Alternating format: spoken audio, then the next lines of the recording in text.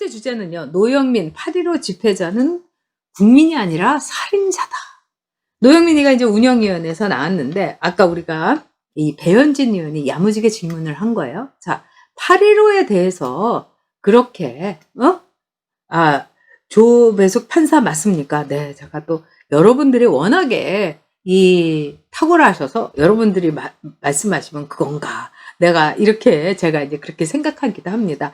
네, 우리 정원희 맘님께서 판사라고, 저도 판사라고 알고 있거든요. 왜냐면 조배숙 의원의 경우는 검사 스타일이 아니에요. 조희진 검사가 아마 1호 검사였을 겁니다. 우리나라 네고시에이터라고 타임지에 딱 사진 나왔을 때 저는 이렇게 이 사진 작가들이 그 사람의 진실을 뽑아낸다는 거를 사진을 찍으면서 저는 많이 느꼈어요. 저는 사진을 많이 찍힌 사람이죠.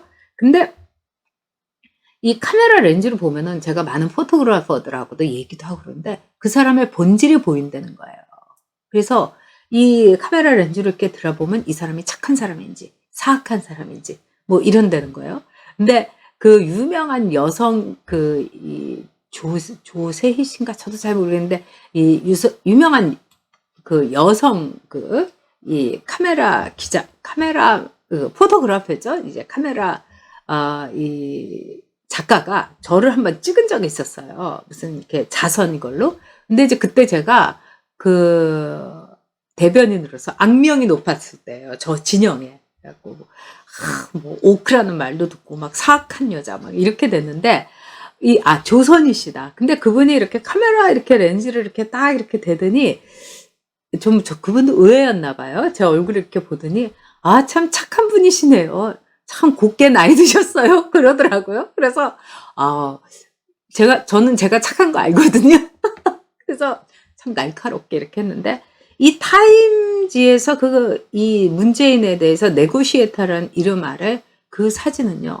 소름 끼치고 약간 섬찟한 아주 왜 암흑가의 보스 같은 그런 사진이에요. 그러니까 본질을 알았던 거다. 저는 이런 생각이 듭니다. 그런데도 이제 문재인 쪽에서는 우리가 타임지 펴지 나왔다고 엄청 좋아했었죠.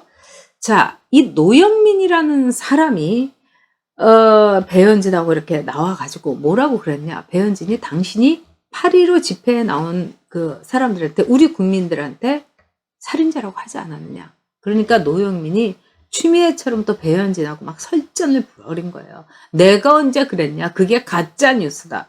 결국은 집회를 주도한 사람은 살인자다. 이러면서 얼마나 외장치듯이 소리를 질렀냐고요. 그거에 대해서 자기가 사과를 했어요. 근데 다시 한번 물으니까 노영민이 허위로 자꾸 묻지 말아라. 그러면서 이런 식으로 가짜뉴스 퍼뜨리지 말아라고 막 난리를 친 거예요. 그러니까 또 김태년이가 제발 좀 그만해라. 그런 식으로 답하면 안 된다. 왜 그렇게 답변을 하냐. 이러면서 오히려 배현진이 편을 들었어요. 자, 노영민이나 추미애나 지금 하는 짓거리를 보면은 용서할 수 없습니다. 그리고 이 노영민이란 사람은 그렇게 말할 자격도 없어요. 지 입으로 얘기를 했어요. 살인자 아니냐고요. 그러니까 노영민이 머릿속에는 이 집회에 나간 우리 국민들 8.15 집회에 나가고 10월 3일 9일 이 집회에 나간 이 사람들은 우리 국민이 아닌 거예요. 살인자라고 생각을 하고 바이러스나 퍼뜨리는 사람이라고 생각을 하는 거예요. 자, 좀 이따가 이제 내일 이제 민노총 집회가 열리는데 왜 그때는 재인산성 안 하고 그다음에 그 집회에 대해서 미리 막아야 되지 않습니까? 이 8.15 집회 때 어떻게 했어요, 여러분? 그 전날부터 난리를 치고 이 휴대폰 다 뒤져가지고 뭐 받아라. 이번에 민노총 전국 집회에 대해서 얘네들은 아주 소극적으로 대응을 하는 거죠. 지금 집회가 내일 열리지만은 여러분 산성을 쌓겠다. 뭐 경찰이 그때요. 8.15 집회 때 경찰이 병력이 16,000명이 동원이 됐어요, 여러분. 그러니까 이거는 5호 담당자예요.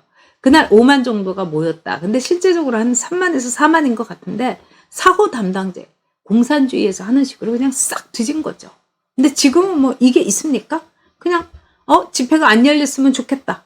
뭐 정세균이가 지금 뭐 200명 막 다가가고 있고 확진자가 점점 늘고 있는데 아니 할로윈 집회 뭐 에버랜드 이런 데선 다 가만히 있는 거 아니에요?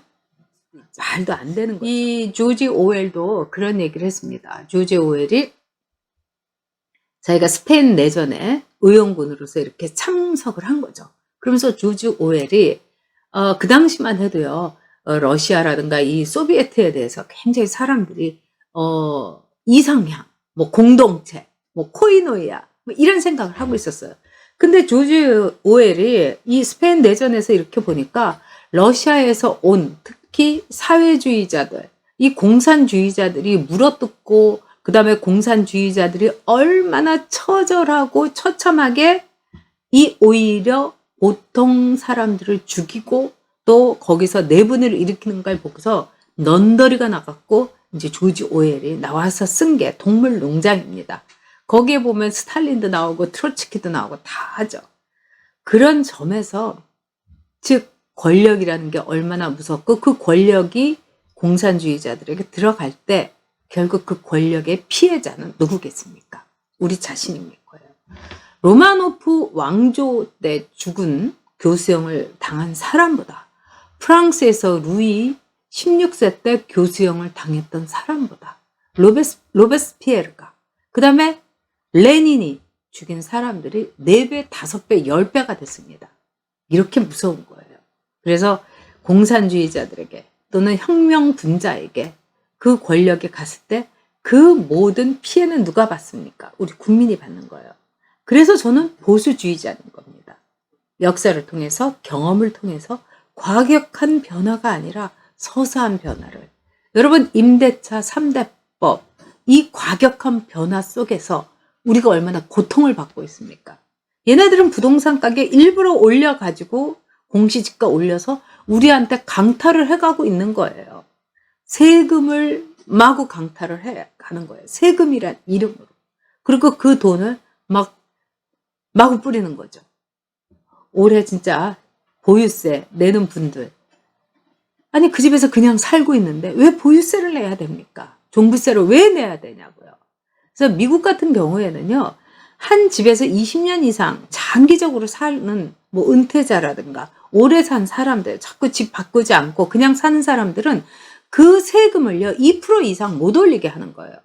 그게 정당한 거 아닙니까? 그냥 이 집에서 죽을 때까지 사는데 왜 세금을 내야 되는 거예요? 지금 우리는요 앉아서 내 집 팔고 세금 내고 온갖 돈 끌어모아 가지고 그 다음에 세금 내고 언제까지 버틸 수 있겠느냐 이런 문제죠. 정말 동물 농장에 나폴레옹 같은 그 이름만 나폴레옹이지 스탈린이죠. 스탈린 같은 사람이 문재인이고 그리고 그 밑에서 정말 이 굳은 일을 하는 이런 노영민이니 아주 악랄한 이 악당 역할을 하는 노영민이니 이 추미애니 이런 붉은 완장찬 이것 이런 놈들이 이 문재인의 이 집권 전략은 하나밖에 없죠. 이명박근혜 이거 아니겠습니까? 과거를 그러면서 그때보다 그때가 다 문제의 원인이었다 이렇게 하면서 계속 나가고 있는 거죠. 자 이제는 과거 청산이라는 건 이만큼 정말 공국을 우려도요.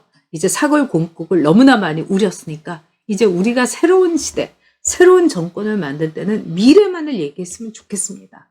그러니까 내일을 위한 정권 그러니까 국민의 힘이 내일의 힘이라고 했으면은 내일을 위한 당 뭐 이렇게 했으면은 좀 나았을 텐데 국민의힘 진짜 힘듭니다. 자 원영수님께서 세금 말만 나오면 심장이 뛴다.